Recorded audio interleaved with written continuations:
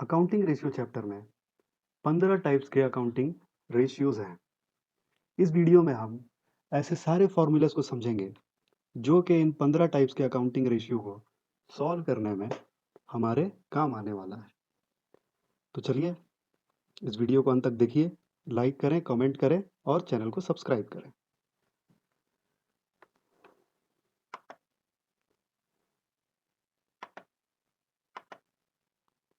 तो ये फॉर्मूला जिसके बारे में हम बात करने वाले हैं, इसको हमने नाम दिया है स्पेशल फॉर्मूला। ये फॉर्मूले दो जगह से डिराइव होंगे, पहला बैलेंस शीट से और दूसरा trading and profit and loss account से।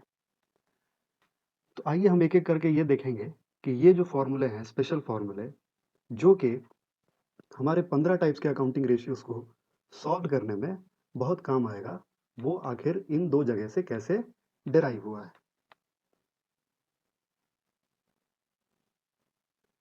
तो पहले हम देखेंगे कि ये जो स्पेशल फॉर्मूले है ये बैलेंस शीट के आइटम से कैसे डिराइव हुआ है। तो सबसे पहले हम बात करेंगे बैलेंस शीट के स्ट्रक्चर की। तो जैसा कि आप लोगों ने क्लास 11th में पढ़ा होगा कि बैलेंस शीट जो है वो मेन दो पार्ट में डिवाइड होता है, या उसके मेन दो कैटेगरीज हैं। पहला होता है टोटल लाइबिलिटीज और दूसरा पार्ट है टोटल एसेट्स। तो यहाँ जो आप बैलेंस शीट के आइटम्स देखेंगे उसको इस तरह से कैटेगराइज करके हमने यहाँ प्रेजेंट किया है ताकि आपको जो फॉर्मूला समझाना है वो आपके लिए बहुत आसान हो जाए। तो पहली बात हमने ये कही कि बैलेंस शीट के दो मेन कैटेगरीज होंगे, that is liability part and the second one is assets part. तो यहाँ पे क्या हुआ कि जो पहला फॉर्मूला है वो यहीं से बन गया। तो हमारा जो पहला फॉर्मूला है वो क्या होगा कि टोटल टोटल एसेट्स या total liabilities is equal to total assets. तो ये पहला फॉर्मूला हमने जो है बैलेंस शीट के पहले कैटेगरी से बना लिया। अब आइए दूसरे फॉर्मूले की तरफ बढ़ते हैं। तो दूसरा फॉर्मूला भी जो है वो भी इसी तरह से बनेगा। तो पहले हम ये देख लें कि ये जो दो मेन कैटेगरीज है बैलेंस शीट के, टोटल लाइबिलिटीज और टोटल एसेट्स, इनके अंदर कौन कौन सी कैटेगरीज आती है। टोटल लाइबिलिटीज के अंदर पहला कैटेगरी जो है वो है इक्विटी, दूसरा है नॉन करंट लाइबिलिटी और तीसरा जो आता है दैट इज करंट लाइबिलिटी। इसी तरह से टोटल एसेट्स के अंदर देखेंगे तो पहली कैटेगरी जो है वो है नॉन करंट एसेट्स, दूसरी जो है वो है करंट एसेट्स। तो अब हमारे पास दूसरा फॉर्मूला भी आ गया। तो हम क्या यहाँ पे कर सकते हैं कि जो इक्वेशन हमने फर्स्ट में बनाई है that is total liability is equal to total assets, उसके अंदर आने वाली जो सब कैटेगरीज हैं उनको हम उसी तरह से इक्वेशन में पुट कर दें। तो लाइबिलिटी साइड में हमने देखा कि पहला जो सब कैटेगरी था दैट इज इक्विटी, तो हमने इक्विटी रख दिया। दूसरा क्या था, नॉन करंट लाइबिलिटी, तो हमने वो रख दिया। और तीसरा क्या है, करंट लाइबिलिटी, तो उसको हमने लाइबिलिटीज वाले पार्ट में रख दिया। अब इक्वल टू साइन लगा देंगे। और टोटल एसेट्स में हमने देखा कि उसके अंदर दो सब कैटेगरीज है। The first one is non current assets और जो सेकंड वन है दैट इज करंट एसेट्स। तो इस तरह से हमने जो फिर से कैटेगराइज किया उसके अकॉर्डिंगली हमको ये दूसरा फॉर्मूला भी मिल गया, that is equity plus non current liabilities plus current liability is equal to non current assets plus current assets. ये हमारा दूसरा फॉर्मूला है। आइए हम आगे बढ़ते हैं तीसरे फॉर्मूले के। तो यहाँ से हमको ये समझ में आ गया कि हम जो फॉर्मूला डिराइव कर रहे हैं उसको हमको अलग से याद करने की ज़रूरत नहीं पड़ेगी। अगर हमको बैलेंस शीट का स्ट्रक्चर मालूम है तो हम फॉर्मूले को बहुत ही आसानी से याद रख सकते हैं। अब यहाँ पे हम बैलेंस शीट के आइटम्स में फर्दर नहीं जाएंगे और कुछ टर्म्स को पहले समझेंगे। तो सबसे पहले क्या है, हम बात करते हैं अलग अलग टर्म्स की। तो यहाँ हम बात करते हैं पहले डेट की। तो एक टर्म, एक वर्ड जो आपको आपके क्वेश्चन में मिलेगा that is known as debt. तो ये टर्म आपको जब भी मिले तो आप इससे समझ जाएं कि ये डेट जो है ये किसको कहते हैं, हम नॉन करंट लाइबिलिटीज को डेट कहते हैं। तो जब भी आपको ये डेट वर्ड मिलेगा आपको उसके लिए क्या समझना है कि debt is equal to non current liability. तो इस तरह से अगर हम चाहें तो ये कह सकते हैं कि ये हमारा तीसरा फॉर्मूला हो गया। अब एक और टर्म है that is known as total debt. तो जब टोटल डेट की बात करेंगे दिस मीन्स कि हम नॉन करंट लाइबिलिटी और करंट लायबिलिटी, इन दोनों को साथ लेकर चल रहा है। तो यहाँ से एक और फॉर्मूला आपको मिल गया है, total debt is equal to non current liability plus current liability. तो इसको आप चौथा फॉर्मूला भी कह सकते हैं। इसके बाद पांचवें फॉर्मूले की तरफ चल रहे या फिर एक नए टर्म की बात कर लें, that is known as capital employed. Capital employed, ये भी आपको टर्म जो है आपके क्वेश्चन में मिलेगा, तो इससे भी आपको क्या समझना है ये हम बता दें। कैपिटल एम्प्लॉयड का मतलब होता है equity plus non current liability. तो जब भी आपको ये कैपिटल एम्प्लॉयड का टर्म मिले, आप समझ जाएंगे कि that we are talking about कि ये जो है कैपिटल एम्प्लॉयड जो है वो equity plus non current liability के बराबर होता है। ये हमारा पांचवा फॉर्मूला हो जाएगा। अब जैसे कि आपको पहले ही बता चुके हैं कि नॉन करंट लायबिलिटी को हम डेट भी बोलते हैं, तो यहाँ पे कैपिटल एम्प्लॉयड का एक और फॉर्मूला भी बन सकता है कि आप इक्विटी को एज इट इज लिख दो और नॉन करंट लायबिलिटी की जगह डेट लिख दो। तो इस तरह से हम देख रहे हैं कि अगर ये टर्म्स हम अपने दिमाग में रखें और इसको समझ लें तो हमारे लिए ये बहुत काम आने वाला है। तो हम आगे बढ़ेंगे और आगे बढ़ते हुए हम और भी जो बैलेंस शीट के आइटम्स हैं उनको देखेंगे और फिर ये देखेंगे कि उनसे हमारा जो फॉर्मूला है वो कैसे निकल के आएगा। तो चलिए एक एक करके हम बाकी के भी बचे हुए आइटम्स को देख लेते हैं। तो इसके बाद जो आइटम इसके अंदर आएगा वो अलग अलग जो सब कैटेगरीज थी उनके अंदर आने वाले आइटम्स के बारे में होगा। चलिए एक एक करके हम देखते हैं। तो पहला आइटम जो आया that is share holders fund. तो शेयर होल्डर्स फंड्स क्या है? ये इक्विटी के अंदर का एक पार्ट है। तो ये इक्विटी जब भी आपके सामने आए आपके क्वेश्चन में, तो आप इसको शेयर होल्डर्स फंड्स भी कह सकते हैं इस चैप्टर के लिए। चलिए आगे बढ़ते हैं। फिर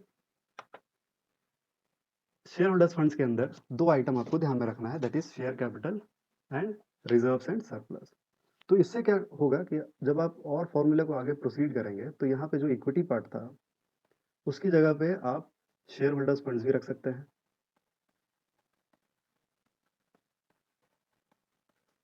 अब क्वेश्चन में ऐसा भी रहेगा कि इसके आगे आप और मूव करें और अलग तरह से अगर डेटा दिया रहे तो हो सकता है कि आपको शेयर कैपिटल और रिजर्व से सरप्लस के फॉर्म में डेटा रहेगा, तो आप यहाँ पे उसको भी यूज कर सकते हैं।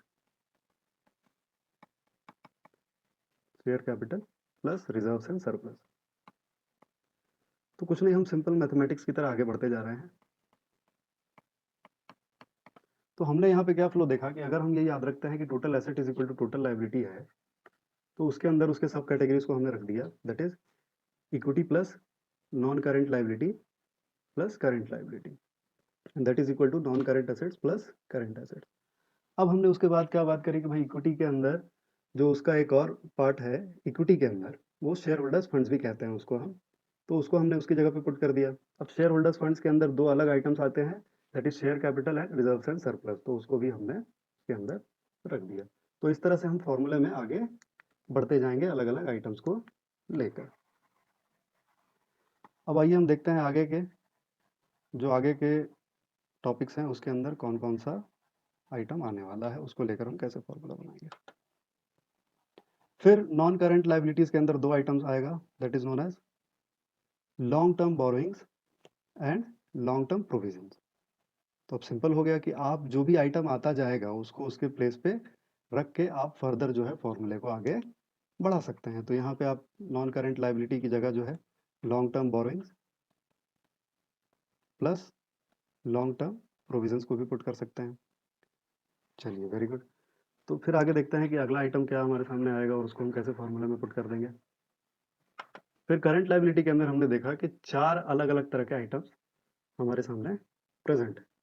तो हमें ये ध्यान में रखना होगा कि करंट लायबिलिटी के अंदर चार आइटम्स आते हैं, that is short term borrowings, फिर दूसरा है ट्रेड पेएबल्स, फिर अदर करंट लायबिलिटीज और शॉर्ट टर्म प्रोविजन। तो हमें इसको एज इट इज जैसा इनका नाम है उसके अकॉर्डिंग उसको अपने ध्यान में रखना होगा, और ये हम क्लास 11th में बहुत ही आसानी से सीख चुके हैं कि ये चीज़ें इसके अंदर आती हैं, तो आपको ये ज़्यादा प्रॉब्लम नहीं जाएगा। तो करंट लायबिलिटीज़ में चार आइटम्स हमने देखे। अब इन चारों को आप करंट लायबिलिटी की जगह रख सकते हैं और ये फॉर्मूला और आगे बढ़ जाएगा।